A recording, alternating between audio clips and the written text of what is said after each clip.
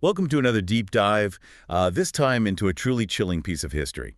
The events at the FSU Chi Omega Sorority House in January 1978. Yeah, a story that continues to fascinate and horrify even decades later. It really does. And, our main source for this deep dive is an online article. It's called The Harrowing Events at FSU's Chi Omega Sorority House. A very fitting title. Yeah. And this case is infamous partly due to its connection with Ted Bundy. Right, one of the most notorious serial killers in American history. Exactly. And we'll be exploring the personal account of survivor Kathy Kleiner to try to understand this tragedy on a human level. Yeah. Yeah, her story is incredibly powerful. It's a testament to resilience and the enduring strength of the human spirit. Absolutely. Before we dive into the events of that night, let's take a step back. I think a lot of people have heard the name Ted Bundy, but can you provide some context for our listeners on who he was and why this case is so significant? Sure, so Ted Bundy was a serial killer who operated mostly in the 1970s. He was known for his charisma, his intelligence, and his deceptively normal appearance. Yeah, he didn't fit the profile of a monster, at least not at first glance. Right, and that's part of what made him so dangerous. He was able to gain the trust of his victims, often young women who resembled his former girlfriend. He would lure them into vulnerable situations before attacking them. It's terrifying to think about how easily he could blend in, yeah, appear harmless. Exactly, and the Chi Omega case is particularly significant because it was one of his most brutal and notorious sprees, a night of terror that really shook the nation. It's a stark reminder that evil can wear a familiar face. Absolutely. So picture FSU in January of 1978. Students are back from winter break. Classes are starting up. There's this sense of, normalcy, right? Yeah. But beneath the surface, something truly horrific is about to unfold. This contrast between the ordinary and the extraordinary is what makes the story so compelling and so disturbing. It's a stark reminder that violence can erupt anywhere, anytime, shattering our perception of safety. Okay, so let's meet Kathy Kleiner. She's a 20-year-old student living at the Chi Omega house. It's Saturday night, January 14th, and she's staying in with her roommate, Karen Chandler, to study for an upcoming test. Typical college life. Studying, hanging out, feeling safe in their sorority house. Right, and Karen was actually working on a sewing project that night. They probably felt completely safe, tucked away in their room, focused on their tasks. It's easy to imagine that sense of security they must felt, lost in the routine of college life. It makes the intrusion all the more shocking and highlights the truly random nature of such attacks. You just never know when or where something like this might happen. Exactly. That's at around midnight when their world is shattered. Kathy is suddenly jolted awake. By the sound of their door slamming open, she sees a man standing in the room. And before she can even react, he attacks her, striking her in the face with what she later described as a piece of wood. That detail about the weapon is chilling. A firearm would suggest a more impersonal, almost detached kind of violence. But using a piece of wood, it feels more intimate, more focused on inflicting pain and control. That's a really good point. I hadn't thought about it like that. The attack leaves Kathy with excruciating pain. She later described it as feeling like pins and needles stabbing her face. The attacker then turns on Karen, hitting her as well. It's just a chaotic, terrifying scene. But then a pair of headlights from a car pulling into the driveway suddenly illuminate the room. That moment, the headlights, is truly pivotal. It disrupts the attack and likely saved Kathy's life. Though tragically, it didn't save the lives of others in the house. It makes you wonder how the events might have unfolded differently if that car hadn't arrived at that exact moment. Yeah, it's almost like a cruel twist of fate. It really is. So startled by the light, the attacker flees, leaving Kathy and Karen injured and in shock. Kathy's next memory is being carried downstairs, completely disoriented and struggling to understand what had just happened. Imagine that disorientation, the fragmented memories, the sheer terror of the unknown. It speaks to the profound trauma she experienced and the long road to recovery she would face. It's unimaginable. And later she learns the identity of her attacker, Ted Bundy. But in those immediate moments, it's just pure chaos and pain. As the night gives way to morning, the true scope of the horror at the Chi Omega house becomes clear. And this is where the story takes an even darker turn. It goes beyond an attack on individuals to something that feels like an assault on innocence itself, on the safety and sanctity of a community. It's a violation on so many levels. Exactly. So two other residents, Margaret Bowman, who was 21, and 20-year-old Lisa Levy, are found murdered in their rooms. Just down the hall from Kathy and Karen. The level of brutality is devastating. They were strangled, beaten and sexually assaulted. It's a crime scene that shook even the most seasoned investigators to their core. And it's important to acknowledge the emotional toll on those who had to process this scene. The first responders, the investigators. Sheriff Ken Casares, who was called to the Chi Omega house, was deeply affected by what he saw. The brutality of the attacks, coupled with the fact that he had daughters of his own, made the victims' fates even more personal and devastating. Absolutely. It's easy to forget that behind the headlines and the facts of the case, there are real people grappling with immense loss and grief. And as the investigation begins, Kathy is in the hospital fighting for her life. This juxtaposition, the unfolding investigation, and Kathy's struggle for survival adds another layer of complexity to this already horrific story. It highlights the ripple effect of violence, the way it impacts not only the direct victims, but also their families, the community, and even those tasked with seeking justice. It's hard to even fathom what she must have been going through. Waking up in intensive care with a fractured skull, broken facial bones, a shattered jaw, and crushed fingers. Oh my gosh. Her jaw was broken in 3 places and wired shut. The physical pain alone must have been unimaginable. It's just horrific. And it's important to remember that the physical injuries are only part of the story. The psychological trauma, the fragmented memories, the fear, these are wounds that run deep and can take years, even a lifetime to heal. You're so right. And initially, Kathy didn't even remember anything about the attack. Can you imagine the weight on her father's shoulders, having to break the news to her about Margaret and Lisa's murders, while she was still so vulnerable? Oh gosh, that must have been an incredibly difficult and heartbreaking conversation to have.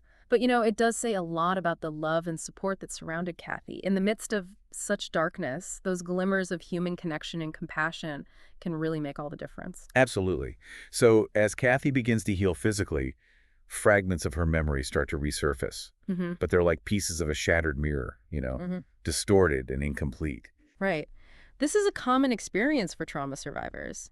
Memory doesn't always function in a linear or reliable way. It can be fragmented, distorted, and emerge in very unpredictable ways, making it even more challenging to process and cope with the experience. It makes you wonder if the mind is protecting itself, in a way, by blocking out some of the most traumatic memories. Yeah, it's possible. The human mind is incredibly complex, and we're still learning so much about how trauma affects us. So when detectives try to interview Kathy, she could only offer these bits and pieces at that point. The trauma was still too raw, too overwhelming to piece together a coherent narrative. It really is a testament to the power of trauma and how it can impact our most basic cognitive functions. And it also highlights the importance of patience and sensitivity when working with survivors, Yeah. allowing them the time and space they need to heal and to process their experiences. We can't expect them to just snap out of it. Trauma takes time to process and heal. And as if the Chi Omega attacks weren't horrific enough, that same night there was another attack, this time at a nearby duplex. A young woman living alone was assaulted, and neighbors reported hearing suspicious noises. This detail really expands the scope of the horror, beyond the sorority house. It reveals that Bundy's reign of terror that night was not isolated to one location. It really underscores the danger he posed to the entire community, and it raises questions about how many other potential victims there might have been. It's terrifying to think about how many lives he might have touched that night, how many other people might have encountered him. Absolutely. It sends chills down my spine. So while the investigation intensifies, Kathy begins this long and arduous process of healing, both physically and emotionally. It's a journey that requires immense strength and resilience. And this is where Kathy's story becomes truly inspiring. Despite this unimaginable trauma, the physical and emotional scars, she chooses to fight for her recovery, to reclaim her life. It's a powerful testament to the strength of the human spirit. It really is. She refuses to let this horrific experience define her. Precisely. Instead of succumbing to the darkness, she transforms her pain into a force for good. Kathy becomes an advocate for other survivors, raising awareness about the impact of trauma, sharing her story to empower others. It's a remarkable transformation. She could have easily retreated into herself, but instead she chose to use her experience to help others. It's a testament to her courage and resilience. She refuses to be silenced by her trauma. Instead, she turns it into a platform for advocacy, for healing, for hope. And her story really highlights the fact that healing is possible, Yeah. even after the most unimaginable trauma. Absolutely. And you know, the Chi Omega attacks left a permanent scar on FSU and the Tallahassee community. But they also sparked these really important conversations about safety and security and the need for greater awareness of the dangers that lurk even in seemingly safe environments. Right, because we often think of college campuses as these safe havens. But as we've seen, violence can occur anywhere. Exactly. These events serve as a chilling reminder of the vulnerability we all face, regardless of our age, gender, or social standing.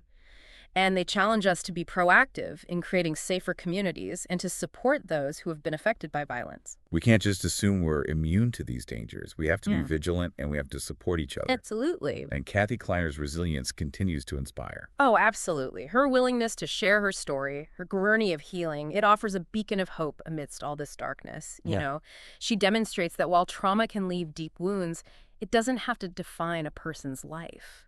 It's incredible how a single event can ripple outward, impacting not just the individuals involved, but an entire community, even society as a whole. Yeah, the ripple effects of trauma are far reaching. They really are.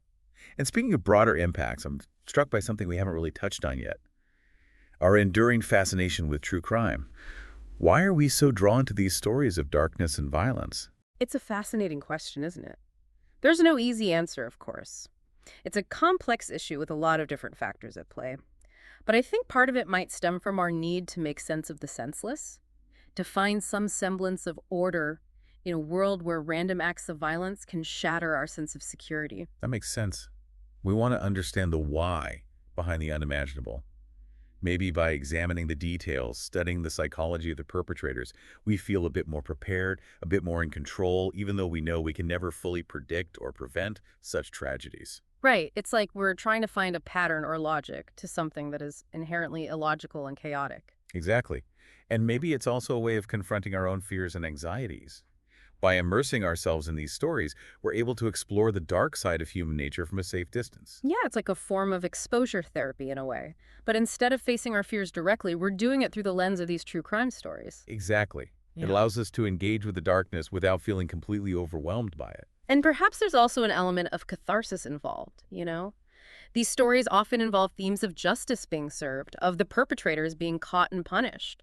That can provide a sense of closure, a sense of reassurance that order will ultimately prevail.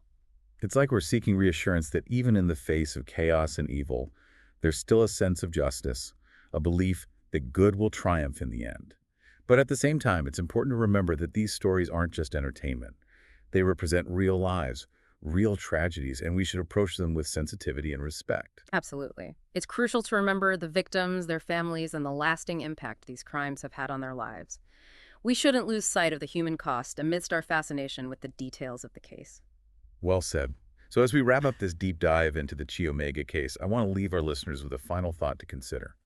What do you think our fascination with true crime, with stories like this one, reveals about our society's anxieties and our search for meaning in a world that can often feel chaotic and unpredictable? That's a powerful question, and one that deserves careful consideration, you know. It's easy to get caught up in the sensationalism of these cases, but I think taking a step back and looking at the bigger picture, examining why these stories resonate with us so deeply, can offer some valuable insights into ourselves and our society as a whole. It's a reminder that even in the darkest of times, there's still hope, there's still resilience, and there's still a need to understand and learn from these tragedies. Absolutely. And by exploring those deeper questions, we can move beyond simply consuming true crime to engaging with it in a more thoughtful and meaningful way. Perhaps that deeper understanding can lead to greater empathy for victims, stronger communities, and a collective commitment to creating a safer world for everyone. Well, thank you for joining us for this deep dive into the chilling events at the FSU Chi Omega Sorority House. We encourage you to reflect on the themes we've explored today. The randomness of violence, the enduring strength of survivors like Kathy Kleiner, and the importance of vigilance, compassion, and understanding. And as you go about your day, consider that final question. What does our fascination with true crime tell us about ourselves and our society? It's a question worth pondering, and perhaps one that can lead to meaningful conversations and positive change.